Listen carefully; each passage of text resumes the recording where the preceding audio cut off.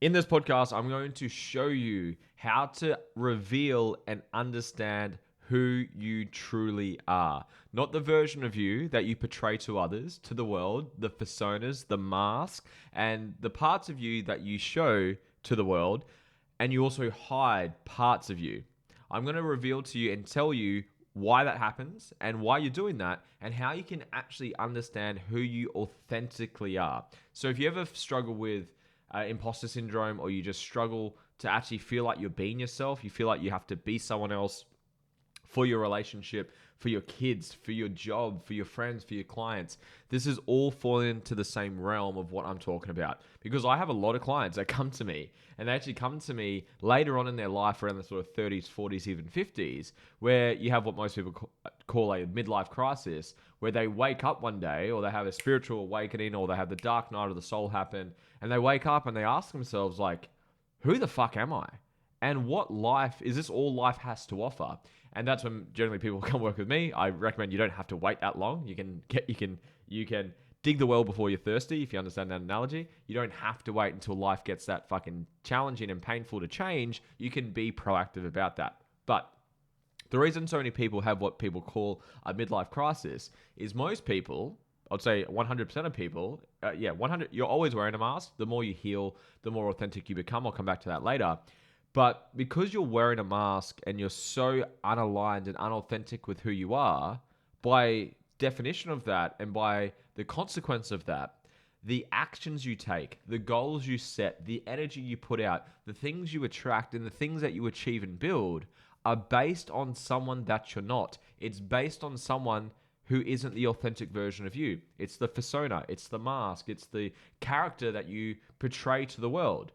And you will then build a life around that person. And that's when, again, you wake up when you're 40 or 50 or 60 and be like, fuck, life doesn't actually make me happy. This isn't a life that I want. Who the fuck am I? So I'm going to tell you pretty much how to answer that question. So with this, where I start with most of my work is I start with values, which I'll get to soon. But I'm going to start with a baby. When a newborn baby is born, the baby, every child is born perfect. A baby doesn't give a shit how much money he or she has in its bank account. It doesn't care what clothes it's wearing. It doesn't care of its social status or how many followers it has on Instagram to be enough or to be loved or to be worthy. It is enough and perfect and loved and infinite being just who he or she is. Just being. Listen to that. The baby is perfect and enough and whole by just being. But then as we grow up, from the moment you're born through all of your childhood and adolescence and adulthood and every phase and experience of your life, is that you're downloading beliefs and you're downloading limitations and creating the identity of who you need to be enough, to be loved, to be significant, to be whatever, insert the word that your choice is. And that's also known as the ego. I've done many, many podcasts on the topic of ego. And that's what you do. You create this personality and this persona and this ego of who you need to be. You have to be a good girl. You have to be a good boy. You have to be on time. You have to not be mean to others. You have to not lie. You have to be whatever. And obviously some of these things are quote good or bad traits. Don't get me wrong. But you might not have to, you might download the limitation that you can't be too much, you can't be too loud, you can't put yourself out there, that you won't amount to anything, that you're a fucking loser, that you're dumb, that you're stupid, that you're ugly, that you're whatever. And again, it all creates this persona and ego and personality and character of who you need to be for the world. And again, if that's who you are, the actions, the beliefs, the goals, the energy, the life that you attract and create will all be based around the version of you, which is not you. It's the persona, the mask of who you are trying to be enough to be loved. So that brings us to then come to the point of how do we fix that? How do we fix that? A lot of it is healing and removing the mask, removing the persona, healing the wounds, because a lot of this stuff is compensation from past trauma, past wounds. I do a lot of content on trauma and wounds and healing. So whenever you got a wound, so the word trauma is Greek, originated from Greek, and it roughly translates into wound. So trauma is psychological wounds. So when you've got a wound, like a physical wound, you're going to create protection to not have that wound be triggered again. So you'll have coping mechanisms, you'll have dissociation, you might have addictions, you might have just things that you do to cope with the wound so you can protect it. And again, this also falls into the ego, into the character that you are, of who you're trying to be enough, to be loved, and all the things I just spoke about before. So when it comes to actually revealing your authentic self, there's three main things that I work with clients to help them actually embrace and be who they authentically are. Number one is values. And I talk about values pretty much every single podcast that I do, and most of my content I talk about, because values are just so important. They are the areas of life that are intrinsically most important to you.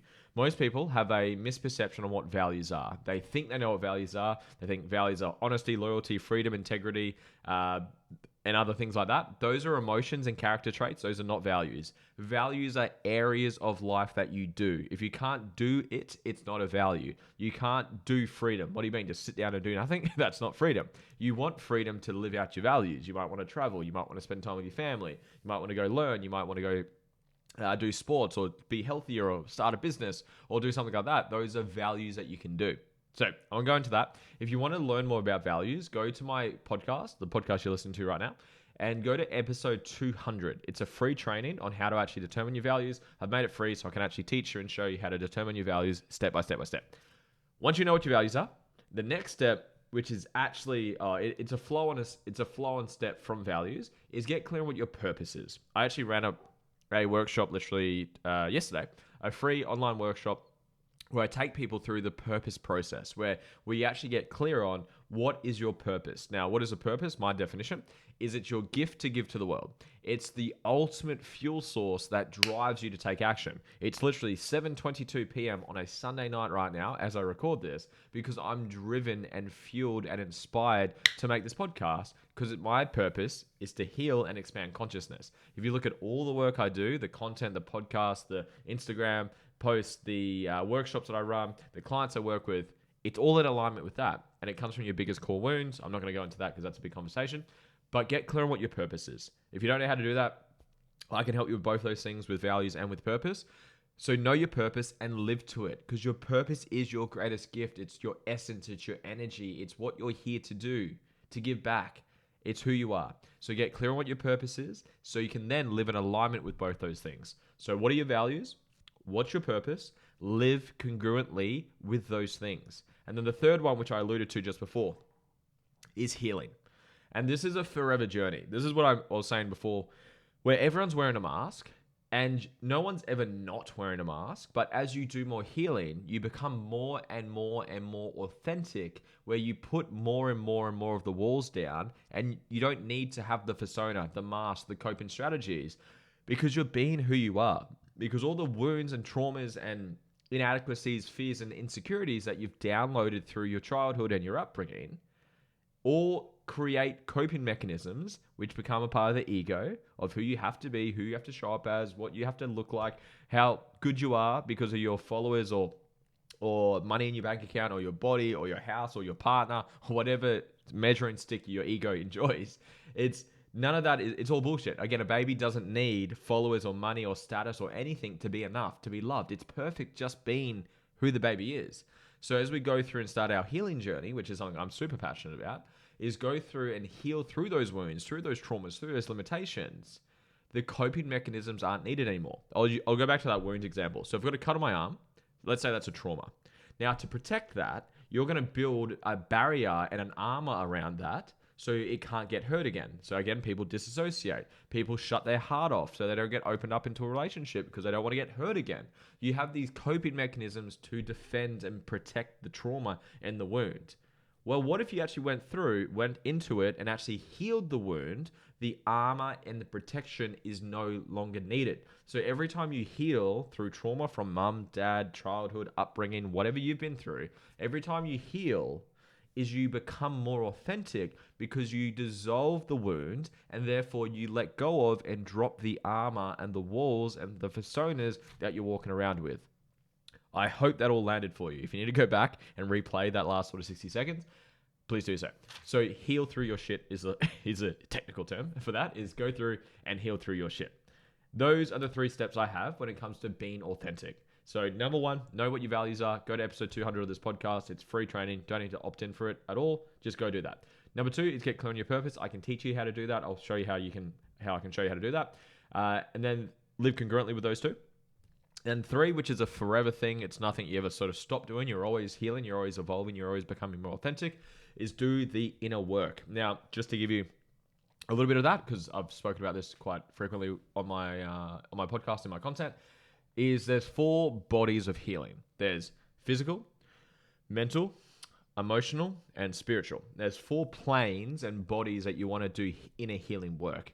Traditional therapy is generally mental, and not all therapy is equal as well. You need a good therapist. You need someone who can actually get the work done. But there's other mental strategies. You can do DeMartini, you can do NLP, you can do timeline therapy, you can do talk therapy, psychotherapy. They're all kind of in the mental base of things. But then you've also got your nervous system as well. You've got precognitive trauma, which you can't use mental modalities to get through because you don't even know what the fuck happened. Something happened when you're 6 months old. You're not going to remember that. Your nervous system will though. There's a book behind me called The Body Keeps the Score. Your body energetically stores trauma and stores those emotions. So you want to use other modalities like maybe breath work, maybe meditation, maybe energy healing, maybe Reiki healing, sound healing. You might want to go down plant medicine. Plant medicine normally falls into the spiritual body as well. That's where you actually expand your consciousness and actually get clear on your authentic self. So plant medicine has certainly helped with my self-discovery journey as well. And then you've got the physical body. Now, physical body can also be breath work, and it can also be somatic body work. If you've ever heard stories, you've maybe had it yourself, where you've gone to get a physical massage from someone and the person just literally starts getting emotional with tears, not because of the pain of the massage, maybe, but because there's actually stored emotions in the fascia of the body. The issues are in the tissues. So the healing is in the feeling. So that's why you want to cover all 4 bodies. Now, that's what I do with my clients. I make sure we integrate all the bodies so we can actually fully integrate the healing work, because one body without the other isn't fully integrated. You'll certainly have shifts and you'll certainly have progress. Like, they all play their part. I'm just encouraging you to do all the work, not just one body and get stuck in one body. Make sure you integrate all 4 of them.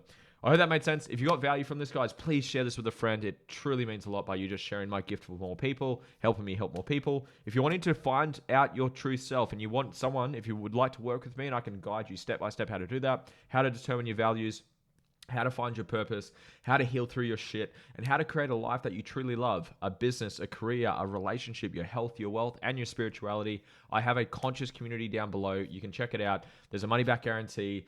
There's no lock-in contract. You get so much access to me. You get all of the value that I add to the marketplace, and I've made it incredibly affordable, literally $12.50 a week. Like, I've made it so cheap, $49 a month. I've made it as cheap as I can to help you guys out. I love you guys. I appreciate you. Share this with a friend, and I'll see you on the next podcast. See ya.